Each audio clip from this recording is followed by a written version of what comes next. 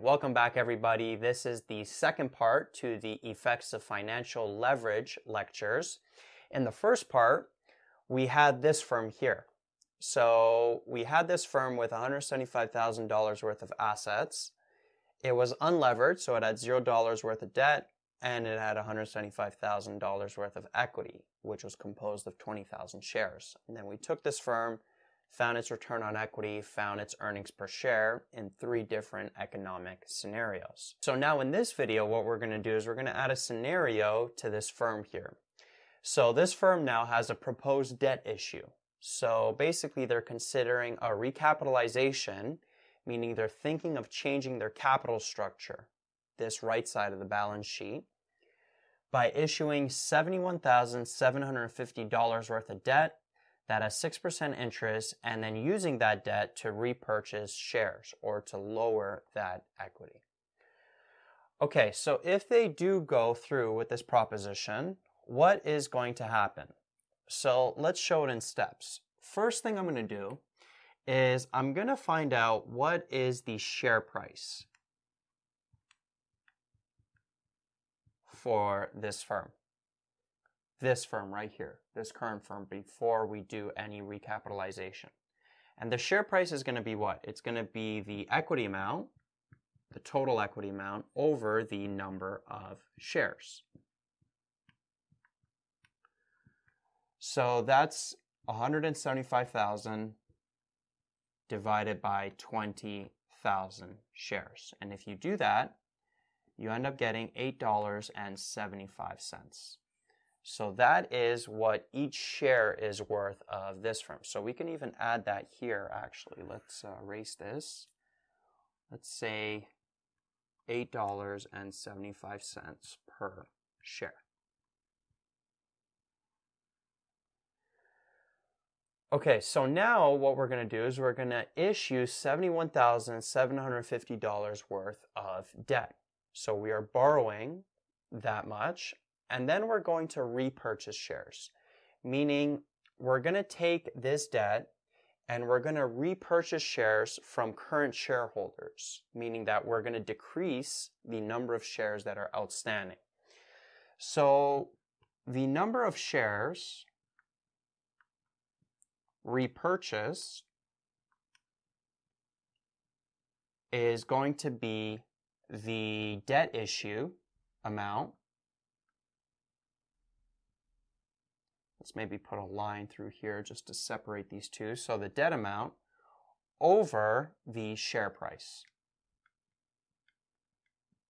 So basically, how many shares can we repurchase? Well, we borrowed $71,750. So using that money, how many shares can we repurchase if the share price is $8.75? And when we do that in the calculator, we end up getting $8,200. So that's how many shares we are repurchasing. We are taking that many shares away from the 20,000. So after that, what is going to be the number of shares remaining in the company? Well, initially, they had 20,000. But now we reduce that amount by the number of shares we repurchase, which was 8,200. So now this company is going to have 11,800 shares left. All right, so we can now make a new balance sheet if the company goes through this debt issue. So let's say that this is going to be the new company's balance sheet. Well, notice how the left side, there was nothing that affected the left side in this scenario. So the assets are still going to be $175,000. But what happened? Well, we took $71,750 worth of debt. So we borrowed that amount. So we are now no longer unlevered. We have some leverage to us. So we have $71,750 worth of debt. We took that debt and we repurchased some shares. So we repurchased $8,200 worth of shares. So now, instead of this company having 20,000 shares, they have 11,800 shares remaining. The share price is still going to stay the same at $8.75. So if we take the number of shares that we have now, 11,800, and multiply it by 8.75, what we will get is $103,250. And notice how $103,250 plus $71,750 gives us $175,000. So the right side and the left side are still balancing, and that makes sense because it's a balance sheet.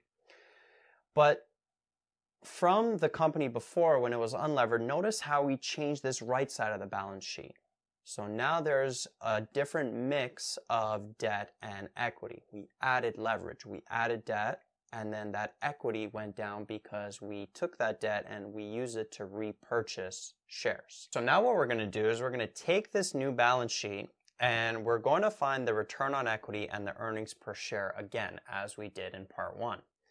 So we're still going to be using those same earnings before interest and taxes figures that we had in part 1 as well. And that makes sense that they're the same because notice how the assets didn't change again. Our earning power of our firm didn't change. So we're still going to be making those same earnings before interest and taxes. The only thing that changed is the right side of the balance sheet, our capital structure. So as we did in part 1, we're going to do 2 scenarios. One's going to be a scenario where we pay no taxes, and then another scenario where we pay 30% taxes. So this first scenario here is going to be the no tax scenario. So we're going to be calculating these 2 ratios, assuming we pay no taxes. But what's going to happen is our income statement now is going to look different. So let's move down the income statement. So we have earnings before interest and taxes for these 3 economic scenarios. Next, what we have to do is we have to subtract the interest. Now, if you remember in part 1, when our firm was unlevered, when it had $0 worth of debt, the interest that we paid was $0.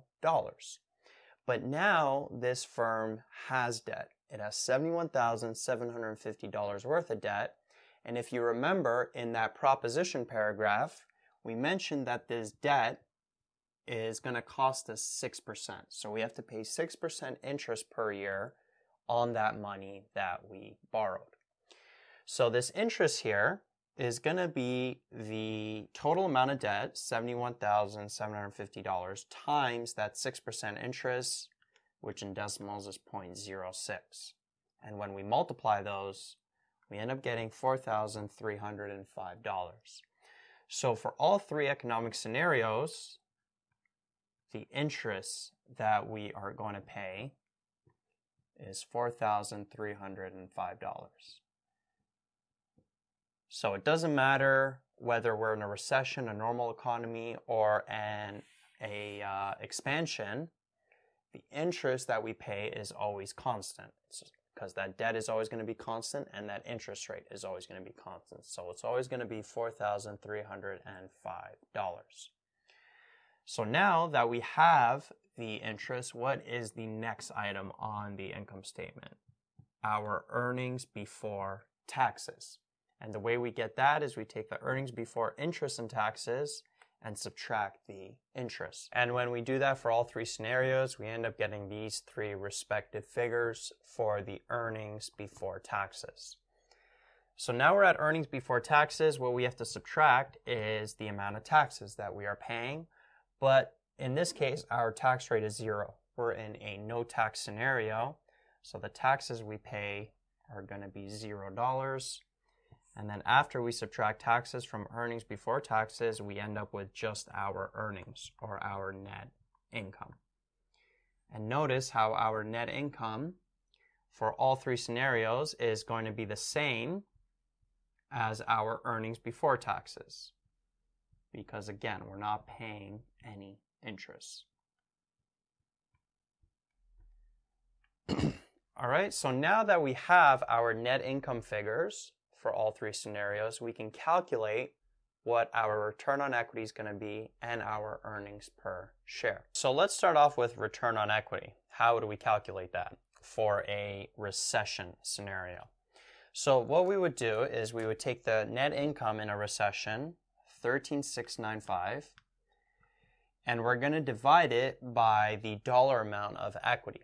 And the dollar amount of equity now is this 103,250. Notice how that's changed, right? Before it was 175,000, but now since we took on debt and we decreased that equity by repurchasing shares, it's lower. It's 103,250. So notice that there's a lot of things changing. The income statement is changing because now we have this interest that we have to be subtracting, and our equity is changing in the denominator as well, which is 103,250. So when you end up putting this in your calculator, you end up getting 0.13264 if we round it. So that there, if we convert that to percentages, our return on equity is going to be 13.264%.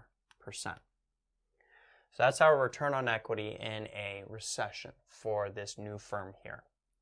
Now, what's going to be the return on equity if this firm is in a normal economy?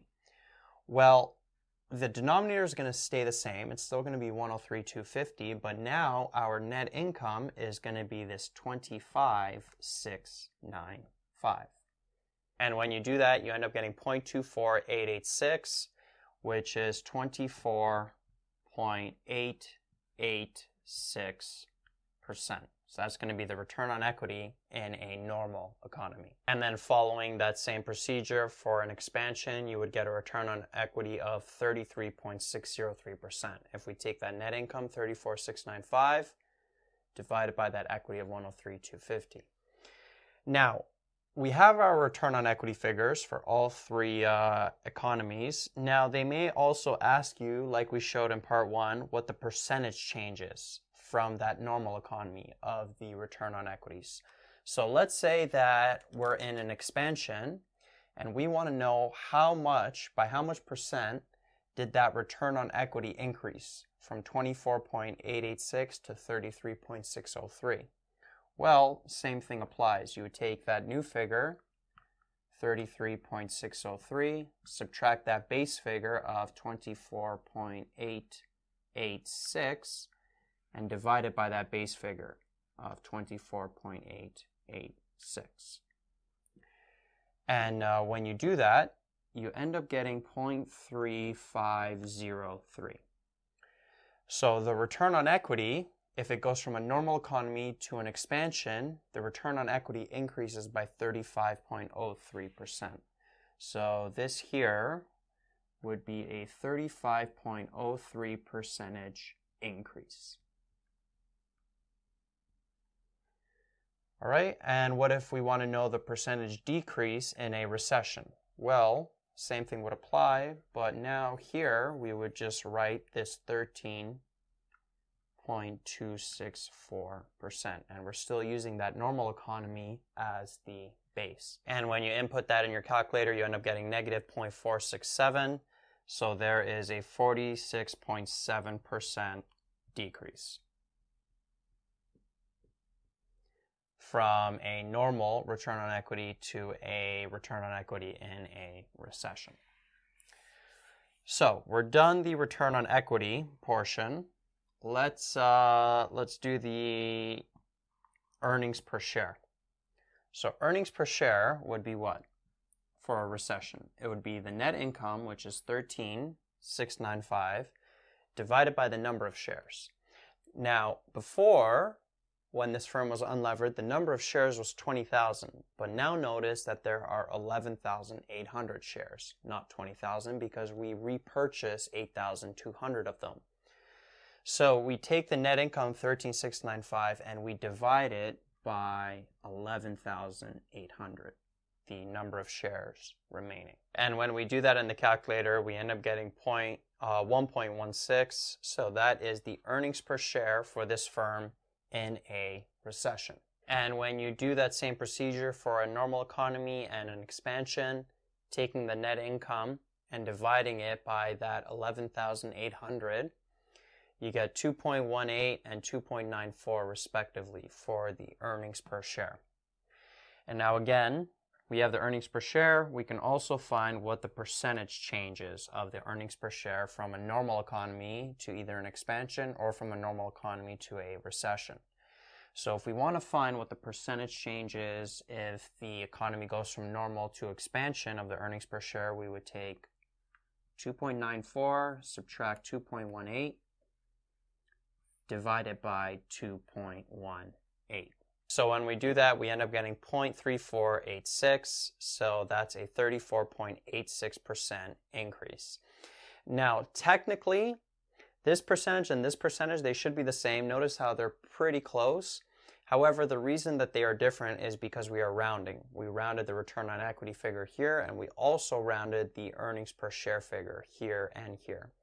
But if we didn't round any of these numbers and we found the percentage increase for both the return on equity and the earnings per share, both of these numbers were the same. But since we are rounding, the percentage increases are going to be slightly different. And then same thing here. If we take the earnings per share of a recession, subtract the earnings per share of a normal economy, divide it by that same 2.18, we end up getting a 46.8% decrease. And notice how this number is very similar to this number. Again, technically they should be the same, but because we are rounding everywhere to 2 decimal places, in this case we did it to 3, so maybe these figures are actually more exact. Because there's a lot of rounding going on, these numbers are going to be slightly different. But again, this and this, and then this and this should be the same if we didn't do any rounding. So we are done for this scenario, for this new company with its new capital structure, if the company is paying no taxes. So we had to go through the income statement again, and the thing that was different about this income statement was this interest now that we added, because now we have this debt and we're paying 6% interest on that debt. So we added that in the income statement, we got new net income figures, and then also our equity amount and our number of shares change. So our return on equity and our earnings per share, the numbers that we got for this firm versus the unlevered firm were totally different, and also the percentage changes were different as well. So now let's move on to a scenario where we have this new levered firm, so that stays the same, the balance sheet is staying the same, but now instead of the company paying no taxes, we're going to do the same scenario that we did in part 1, where the taxes are now 30%. What's going to change? Well, all of these numbers are going to change. So the return on equity is going to be different. The earnings per share is going to be different as well. In terms of the income statement, the net income is going to be different. However, all the way up to earnings before taxes, everything's going to be the same, because we're still going to be making that earnings before interest and taxes. And we're still going to be paying that same interest of $43.05 because that debt amount is not changing and we're still paying 6% on it, right? Changing the tax rate doesn't change that part of the income statement. So all the way up to earnings before taxes, those numbers are going to be the same. The only thing that's going to change now is now we are going to be paying 30% tax on all of these figures. So if we take all of those earnings before taxes figures, multiply them by 0.3, that would give us the tax that we are paying in the 3 different economic scenarios. And then when we subtract those tax figures from the earnings before taxes, we end up getting these 3 net income figures for the 3 economic scenarios. So now that we have the net income figures, we can figure out what the return on equity is. For all 3 scenarios, we're just going to basically take the net incomes, the respective net incomes, and divide it by that total equity amount of 103,250. And when we do that, we end up getting these return on equity figures here, respectively. So I tried not to round too much. These I had to 4 decimal places. This one I had to 3 decimal places because there was like a 0 there.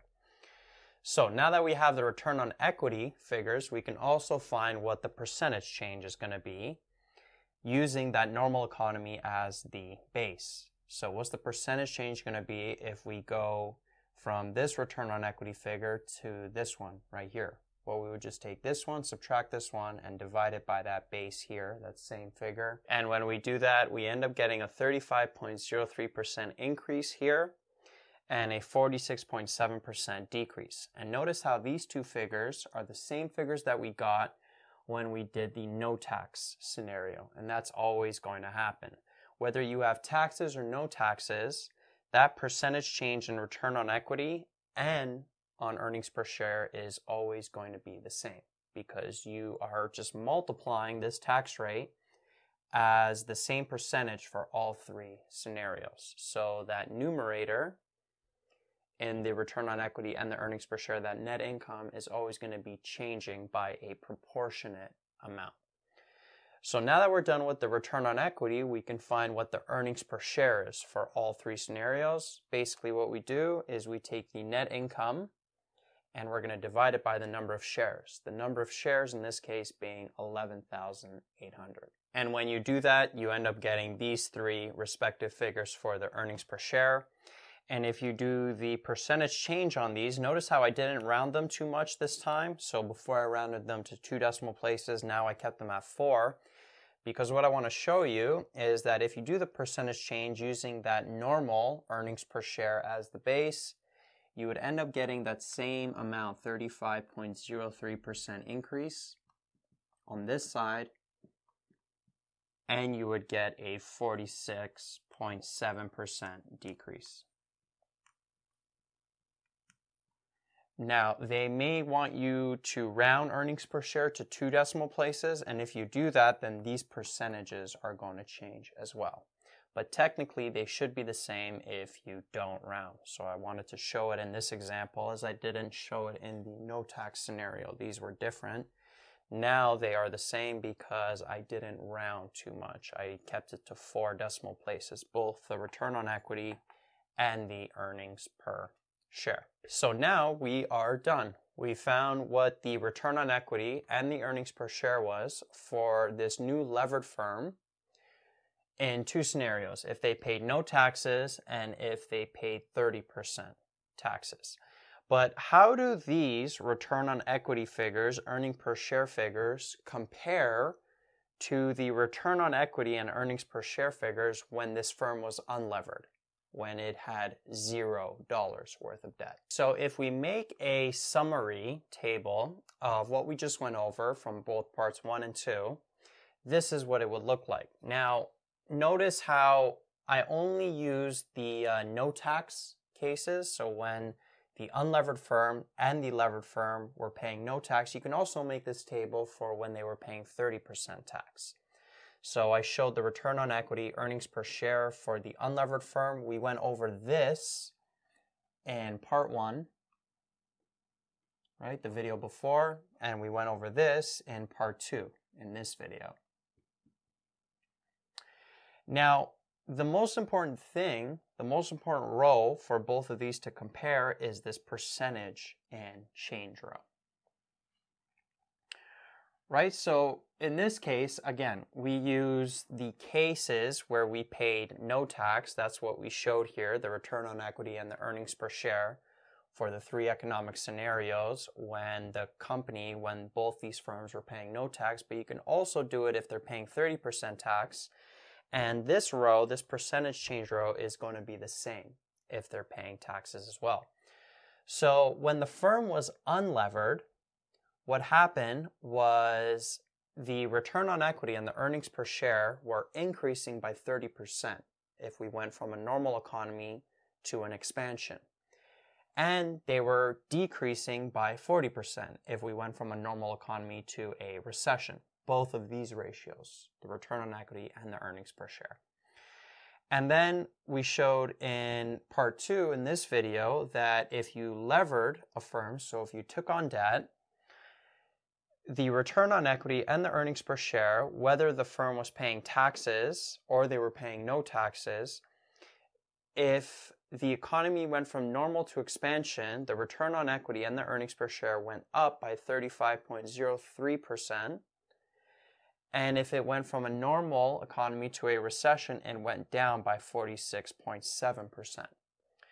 So notice how our return on equity and our earnings per share were magnified.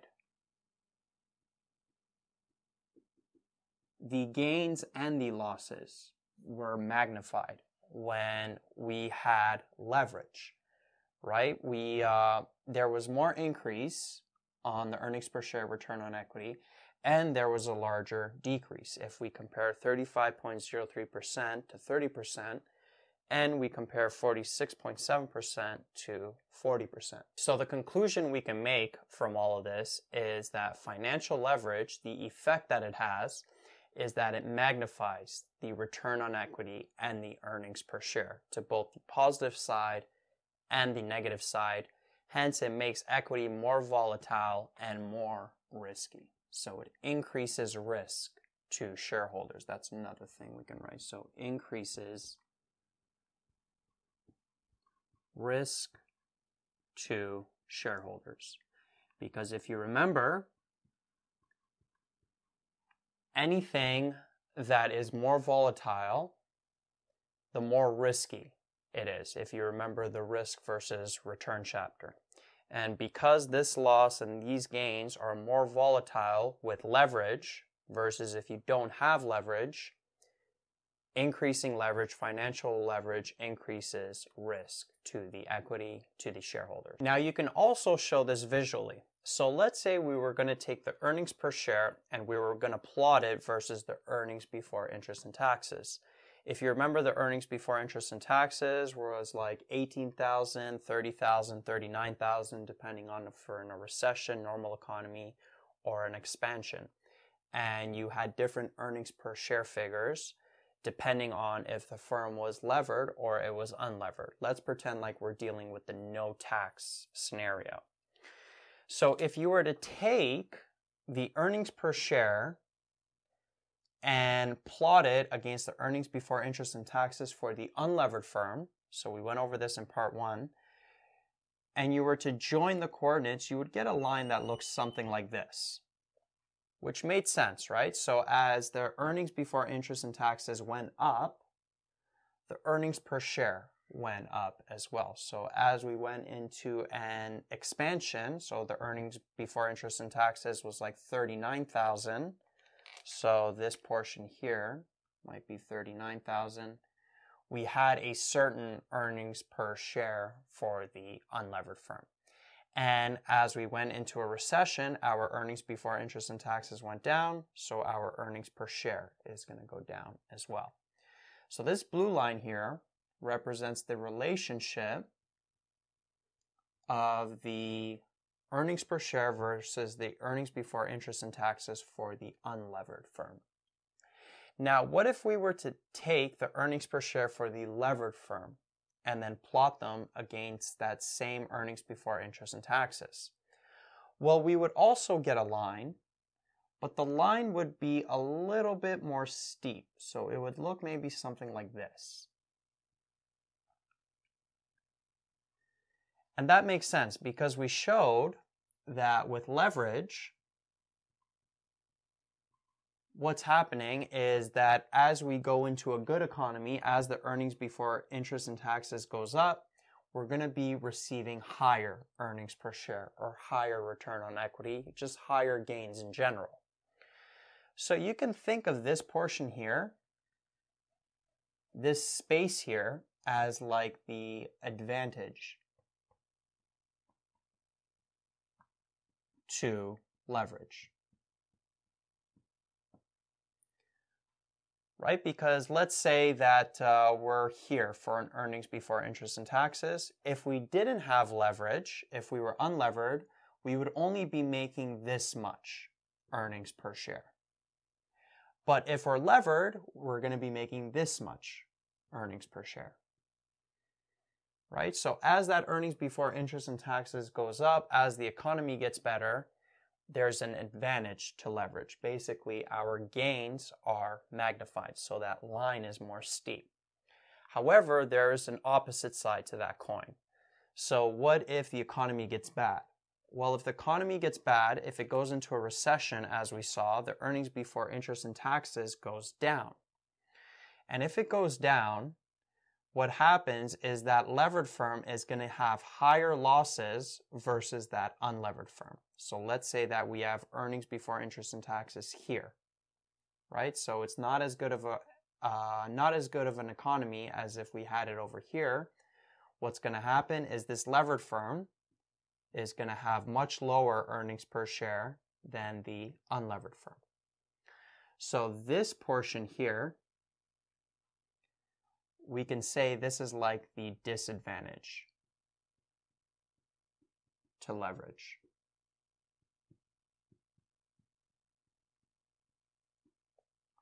All right, so if we plot the earnings per share versus the earnings before interest and taxes, the levered firm is always going to have a more steep slope than the unlevered firm.